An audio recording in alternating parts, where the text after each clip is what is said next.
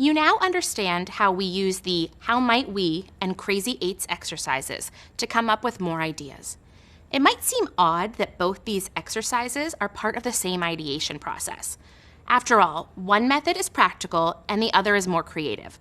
With the how might we exercise, you carefully considered a very specific user problem to create a list of questions.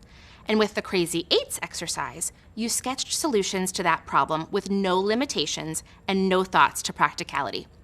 Solving a problem requires both pragmatic and creative thinking. In this video, we'll consider how the user journeys you outlined earlier will affect your designs. As a refresher, a user journey is the series of experiences a user has while interacting with a product. Building off personas and stories, journeys help you think and feel like the user. Earlier, we defined this problem statement. Olivia is a parent who needs a way to ride her bike with her 2-year-old son, Luca, because he can't ride his own bike.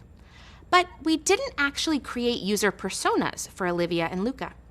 As a refresher, personas are fictional characters that represent a product's user groups. They're created to identify a user's behavioral patterns. In the real world, we would have completed research before beginning our designs. For example, consider the kid's bike seat that's in front of the rider. This is a pretty great solution for toddlers who are small but still strong enough to sit upright. But what if Luca were an infant? A small baby wouldn't be able to sit upright in that seat or wear a helmet, so it's not a safe solution for Luca.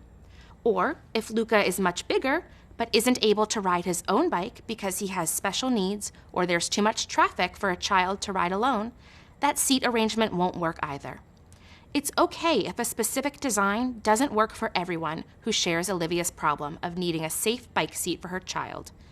But part of the research process requires you, as the UX designer, to figure out who you're designing for and what their needs are. Olivia might need an entirely new solution. So think back to your user journeys for the problem statement you outlined and designed for. Did you keep those personas in mind while sketching? If not, go back and add their stories and needs into your designs. Maybe you're not sure you have enough research to make the call on what solution Olivia really needs. In this hypothetical interview, did you forget to ask Olivia how tall her child is or what his specific needs are? And what about Olivia's needs? Some of our bike solutions from before could create an extra hassle for the rider. I'm looking at you, sidecar. If Olivia rides her bike on backcountry roads, that might work perfectly. But if she lives in a big city with designated bike lanes on busy streets, the size of the sidecar probably wouldn't be a good solution either. It's okay if you didn't ask the right questions. You're still learning. Plus, sometimes in the ideation phase, new blockers come up that never occurred to us before. If this happens, consider whether you have enough information to go forward or whether you need to go back to your research and collect more data. This work you've done, from writing user personas to mapping the user journey to exploring design concepts through sketching, is a great story to tell in your portfolio. It might not be a final project that you decide to share, but telling the story of the research, the problem, and the proposed solutions is good practice for the more detailed case studies you'll have in the future. And it's something employers might look for when reviewing your portfolio. All right, we've reached the end of the ideate phase. Let's review what you've learned.